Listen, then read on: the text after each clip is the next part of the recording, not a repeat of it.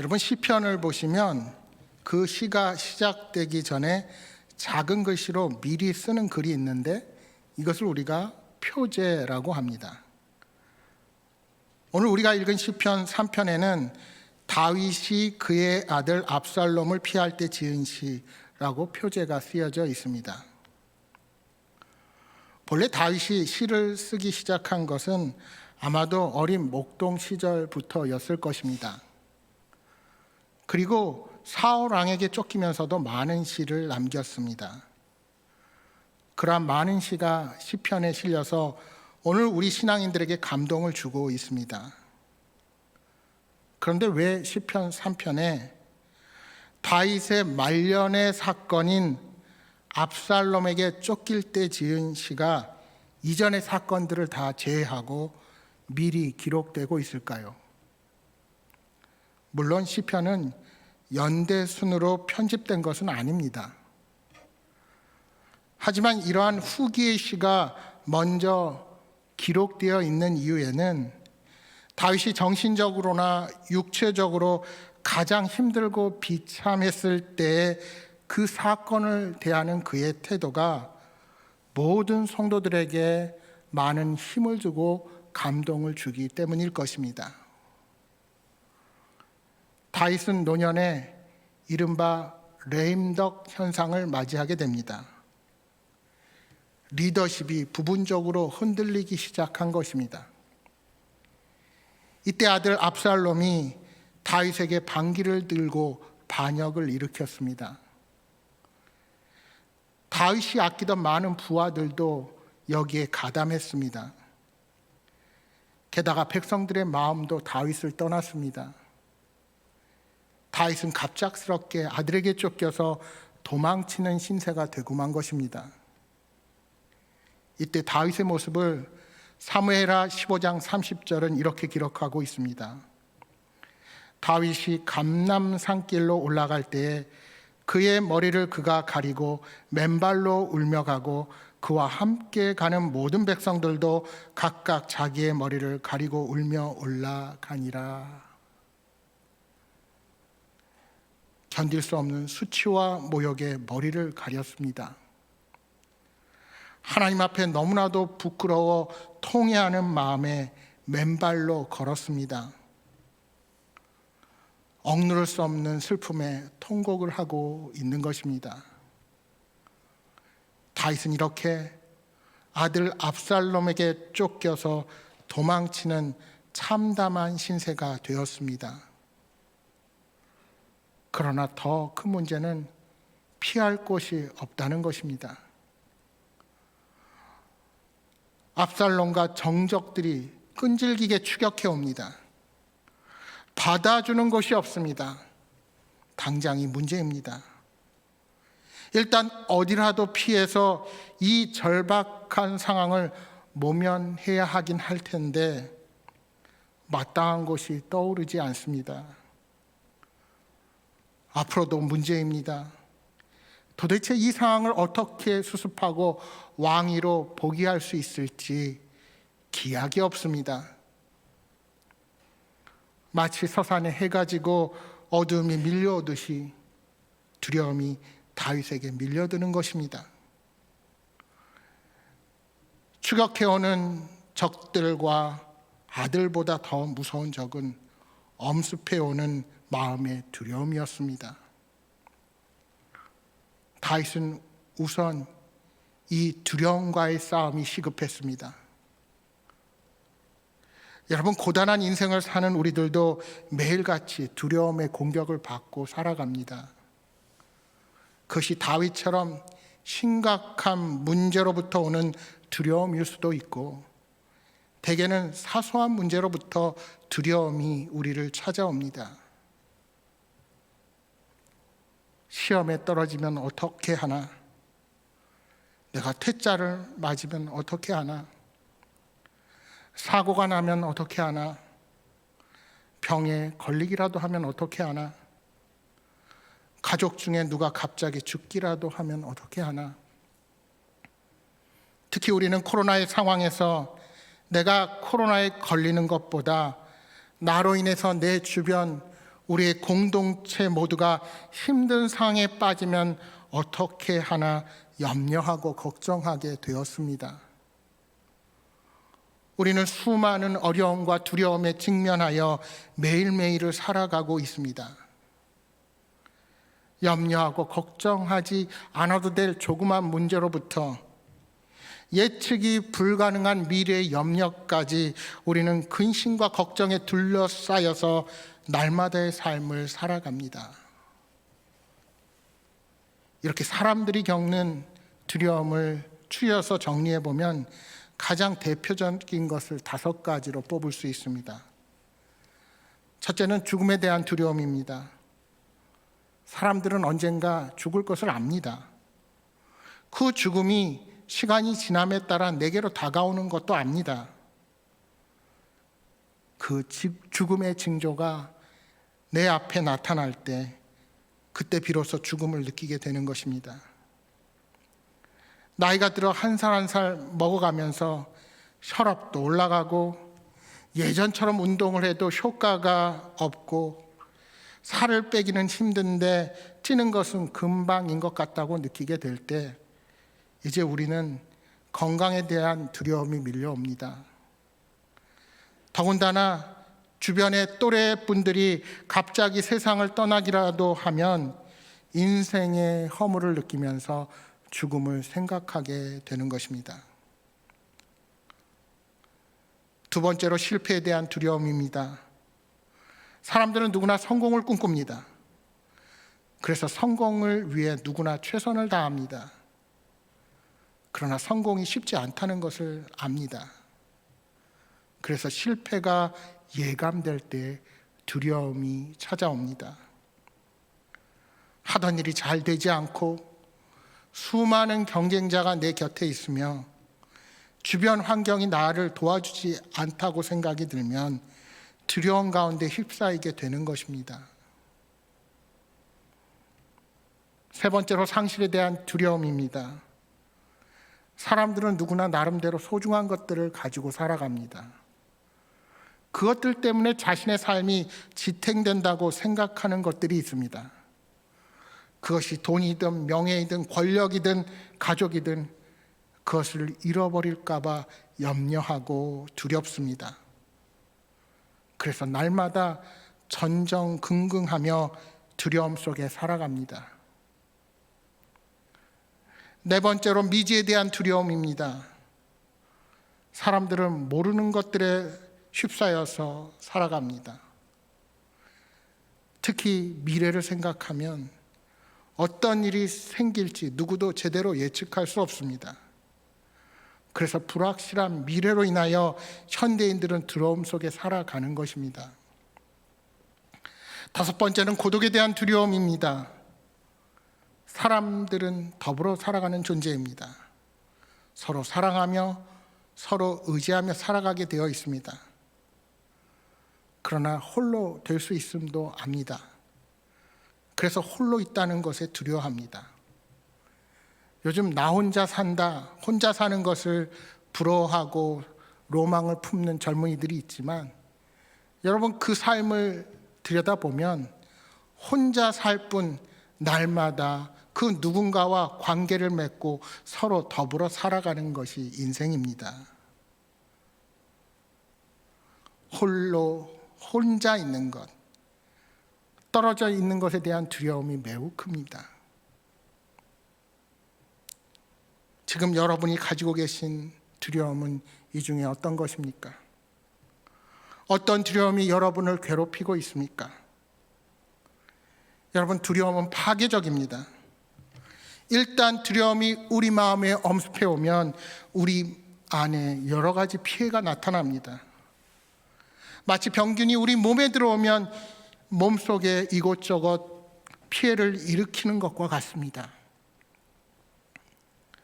그러면 이러한 인생의 두려움을 이기기 위해 우리는 어떻게 해야 할까요? 오늘 본문 6절을 주목해 볼 필요가 있습니다.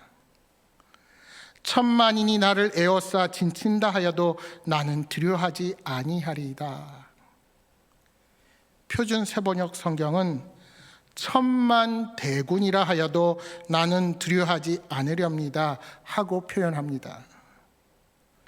다윗이 자신을 무너뜨리려는 모든 두려움 앞에서 두려워하지 않겠다고 선포하는 것입니다. 어떻게 커다란 두려움 앞에서 이런 고백을 할 수 있을까요? 오늘 본문의 다윗의 고백 속에서 그 답을 찾아 우리의 교훈을 삼고자 합니다. 첫 번째로 다윗은 두려움에서 이기기 위해서 여호와 하나님을 찾았습니다. 오늘 본문에 보시면 세 차례나 여호와여라고 부르는 호칭을 볼 수 있습니다. 다윗이 여호와 하나님을 부르는 소리입니다. 큰 두려움의 한복판에서 여호와 하나님을 찾은 것입니다. 여기에 다윗이 두려움을 이긴 첫 번째 비결이 있는 것입니다. 여러분, 창세기 3장 말씀에 보시면 어떻게 이 세상에 두려움이 생기게 됐는지를 우리에게 보여줍니다. 에덴 동산에서 아담과 하와가 범죄한 후에 여호와 하나님의 낯을 피하여 동산 나무 사이에 숨었습니다. 그들이 죄를 짓고 나자 마음속에 두려움이 찾아온 것입니다. 그렇습니다. 두려움은 하나님과의 관계 단절에서 비롯되는 것입니다. 인간이 범죄하고 하나님의 품을 떠나게 되면 제일 먼저 찾아오는 변화가 인간의 마음속에 두려움이 자리 잡게 되는 것입니다. 그래서 우리가 두려움을 물리치려면 우선 하나님을 찾아야 합니다. 왜요? 죄로 끊어진 하나님과의 관계를 회복하기 위해 우리는 하나님 앞으로 나아가야 하는 것입니다. 민수기 14장 말씀해 보시면 가나안 족속을 정탐하고 돌아온 정탐꾼들의 보고가 기록되어 있습니다. 그 중에 여호수아와 갈렙의 보고가 9절에 이렇게 기록되어 있습니다. 다만 여호와를 거역하지는 말라. 또 그 땅 백성을 두려워하지 말라. 그들은 우리의 먹이라. 그들의 보호자는 그들에게서 떠났고 여호와는 우리와 함께 하시느니라. 그들을 두려워하지 말라. 어떻게 여호수아와 갈렙이 가나안 족속의 거인 아낙 자손들을 보고도 그러한 두려움을 이길 수가 있었을까요? 그 이유는 가나안 족속들에게는 그들을 지켜줄 신이 없지만 여호수아와 갈렙은 하나님께서 함께 하신다는 확신이 있었기에 가능했던 것입니다. 늘 함께 하시는 하나님, 광야 항복판에서 여기까지 인도하신 그 하나님 때문에 모든 두려움을 물리칠 수 있었던 것입니다. 그렇습니다. 우리가 하나님께로 가까이 나아가면 그 어떤 두려움도 물리칠 수 있습니다. 여러분, 시편 기자의 수많은 고백들을 경청해 보시기 바랍니다. 시편 42편 5절에 이렇게 말씀합니다. 내 영혼아, 내가 어찌하여 낙심하며 어찌하여 내 속에서 불안해하는가? 너는 하나님께 소망을 두라. 그가 나타나 도우심으로 말미암아 내가 여전히 찬송하리이다. 62편 1절 말씀입니다. 나의 영혼이 잠잠히 하나님만 바라며 나의 구원이 그에게서 나오는도다. 계속되는 62편 5절에는 이렇게 말씀합니다. 나의 영혼아 잠잠히 하나님만 바라라. 물은 나의 소망이 그로부터 나오는도다. 사랑하는 여러분, 두려움이 여러분 가까이에 오고 있습니까? 주님을 찾으십시오.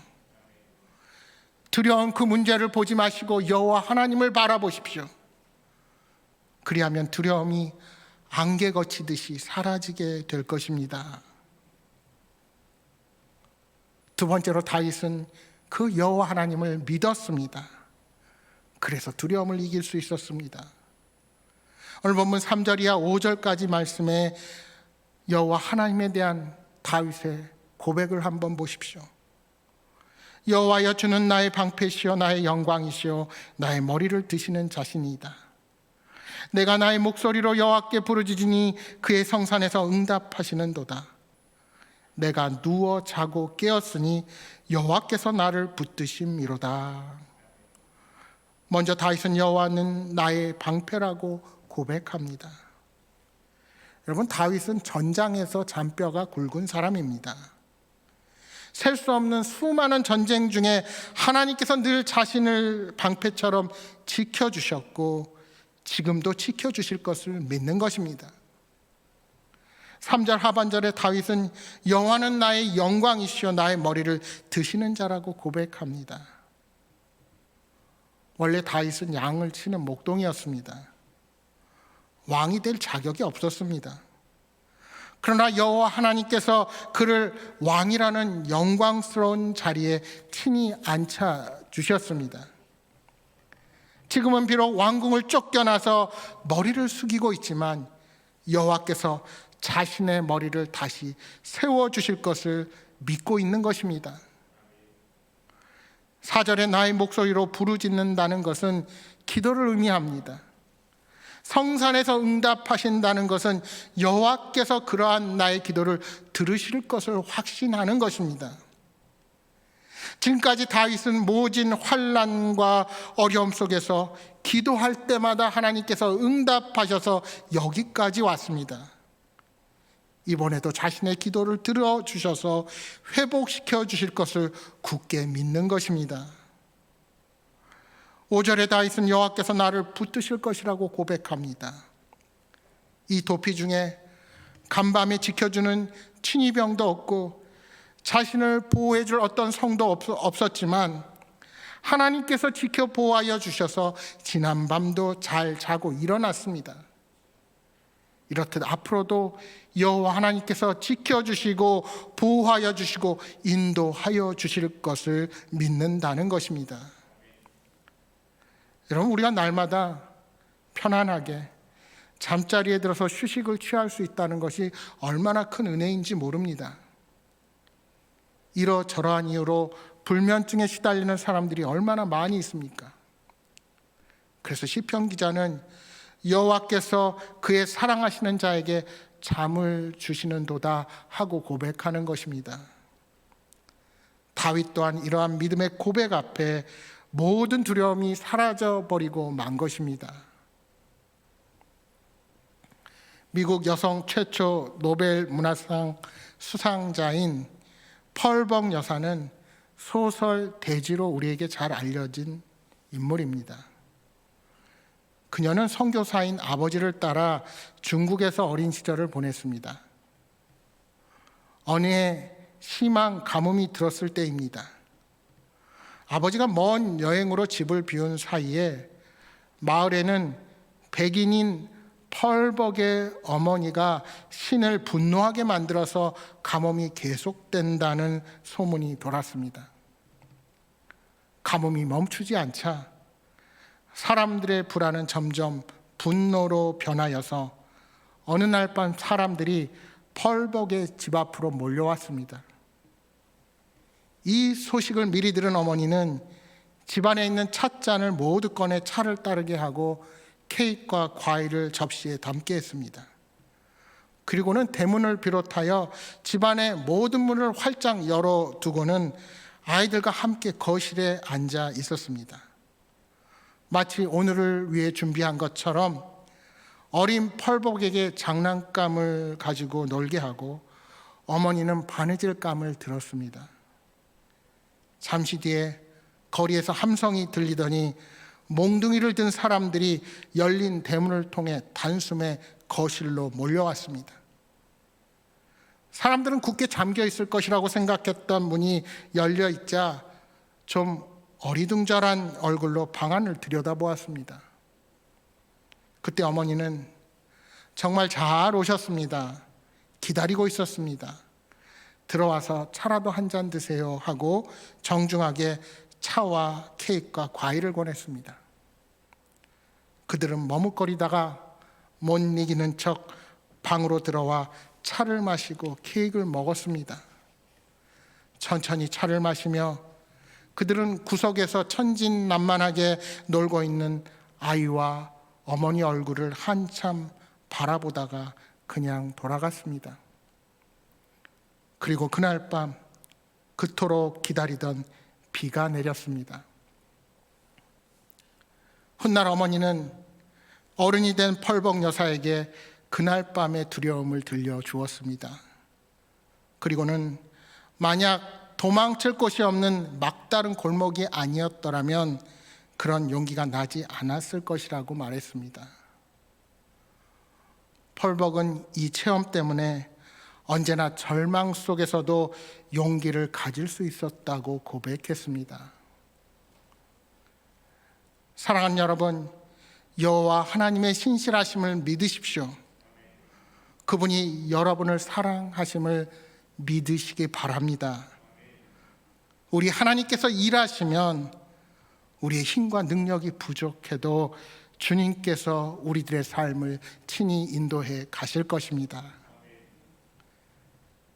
세 번째로 다윗은 두려움을 이기기 위해서 여호와 하나님께 기도했습니다. 본문 7절과 8절을 보면 다윗의 이러한 기도가 기록되어 있습니다. 그 기도의 내용이 이렇습니다. 첫째로 여호와여 일어나소서입니다. 이 말씀은 민수기 10장 35절과 같은 내용의 말씀입니다. 괴가 떠날 때 모세가 말하되 여호와여 일어나사 주의 대적들을 흩으시고 주를 미워하는 자가 주 앞에서 도망하게 하소서. 다윗은 그때 모세의 사건을 생각하며 여호와 하나님께서 언약궤 위 보좌에 앉아 계시다고 상상했습니다. 이제 하나님께서 그 보좌에서 일어나셔서 역사해달라고 간구하는 것입니다. 둘째로 나의 하나님이여 나를 구원하소서 하고 기도합니다. 자신을 이 절망적인 상황 가운데서 건져달라는 것입니다.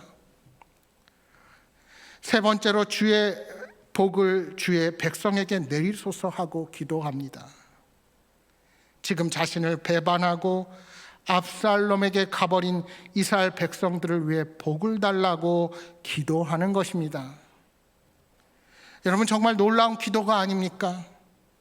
자신을 배반하고 반란을 일으킨 백성임에도 불구하고 자비와 긍휼을 구하며 복을 비는 다윗의 넓은 마음이 바로 우리 하나님께서 기뻐하시는 마음인 것입니다. 여러분, 기도는 마치 터널과 같습니다. 여러분, 동굴과 터널은 입구는 같아 보일지 몰라도 성격이 전혀 다릅니다. 동굴은 안으로 들어가지만 출구가 따로 마련되어 있지 않습니다. 자칫 길을 잃으면 나오지 못할 수도 있습니다. 그래서 동굴에 들어가는 사람은 두려워하기 마련입니다. 그러나 터널은 출구가 확실하게 있습니다. 그래서 터널로 들어가는 사람은 두려워하지 않습니다. 여러분, 기도는 두려움에서 벗어날 수 있는 가장 확실한 터널과 같습니다. 비록 어둡고 답답한 굴 안으로 들어가는 것 같지만 그 길은 잘 준비되어서 맞은편으로 나아가게 되는 것입니다. 오히려 그 터널을 지나고 나면 목적했던 곳에 더 빨리 도달하게 됩니다. 이처럼 많은 사람들이 기도의 현장으로 나아갈 때와 돌아갈 때 큰 차이를 체험합니다. 절망을 안고 기도의 골방에 들어갔지만 희망을 안고 나아옵니다. 슬픔을 안고 기도의 골방에 들어갔지만 기쁨으로 나올 수 있습니다. 두려움을 안고 들어갔지만 용기를 얻어 다시 나아옵니다. 하지만 안타깝게도 두려움에 시달리면서도 기도하지 못하는 분들이 많습니다. 기도하면 되는데 기도하지 않는 분들이 많은 것입니다. 이런 복음성가 가사가 생각납니다. 기도할 수 있는데 왜 걱정하십니까? 기도하면서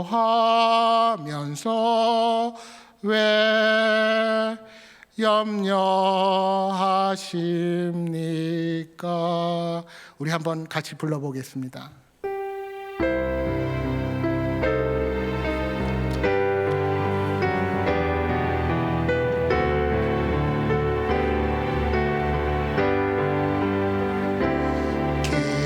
기도할 수 있는데 왜 걱정하십니까? 기도하면서 왜 염려하십니까? 기도할 수 있는데 왜 실망하십니까? 기도하면서 왜 방황하십니까? 주님 앞에 무릎 꿇고 간구해 보세요. 마음을 정결하게 뜻을 다하여 기도할 수 있는데 왜 걱정하십니까? 기도하면서 왜 염려하십니까? 사랑하는 여러분, 기도를 잊지 마십시오.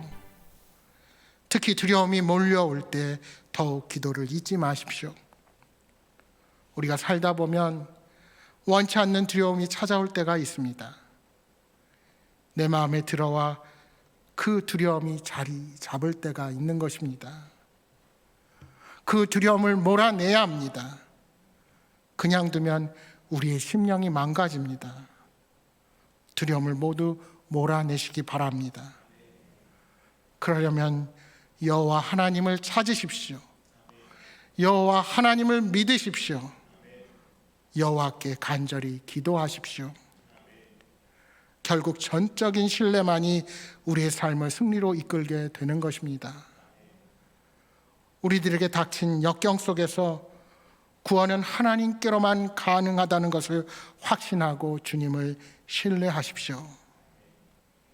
인생의 폭풍이 아무리 사납게 몰아치고 좌절을 가져오더라도 하나님만이 혼란스러운 우리 마음에 참 평강을 주시고 사나운 비바람을 잠잠케 하실 수 있으십니다. 여러분, 어떠한 시련 속에서도 하나님께서 방패와 힘이 되심을 믿고 온전히 신뢰하시기 바랍니다. 내 혼자의 힘으로 살려고 하면 반드시 실패합니다. 그러나 주님을 의지할 때 나를 붙드시는 그 주님의 손길을 경험하게 될 것입니다. 여러분, 3절의 말씀을 우리 다시 한번 함께 읽어보겠습니다. 3절 말씀입니다. 같이 읽겠습니다. 여호와여, 주는 방패시오 나의 영광이시오 나의 머리를 드시는 자이시니이다. 아멘. 사랑하는 여러분, 방패여 영광이 되시는 주님과 함께 날마다 승리를 경험하는 복된 삶을 살아가시기를 주님의 이름으로 축복합니다. 기도하겠습니다.